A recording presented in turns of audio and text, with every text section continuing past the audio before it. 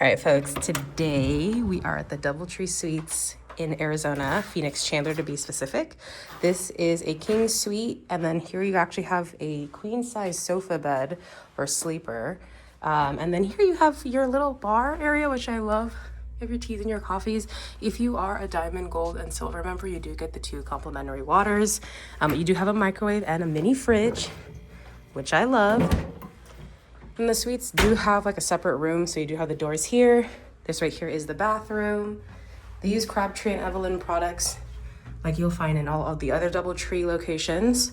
It's actually quite a huge walk-in shower located here. And then the bath amenities affixed to the wall. You know, standard toilet. Get your full length mirror right here. And then this right here is the actual bedroom.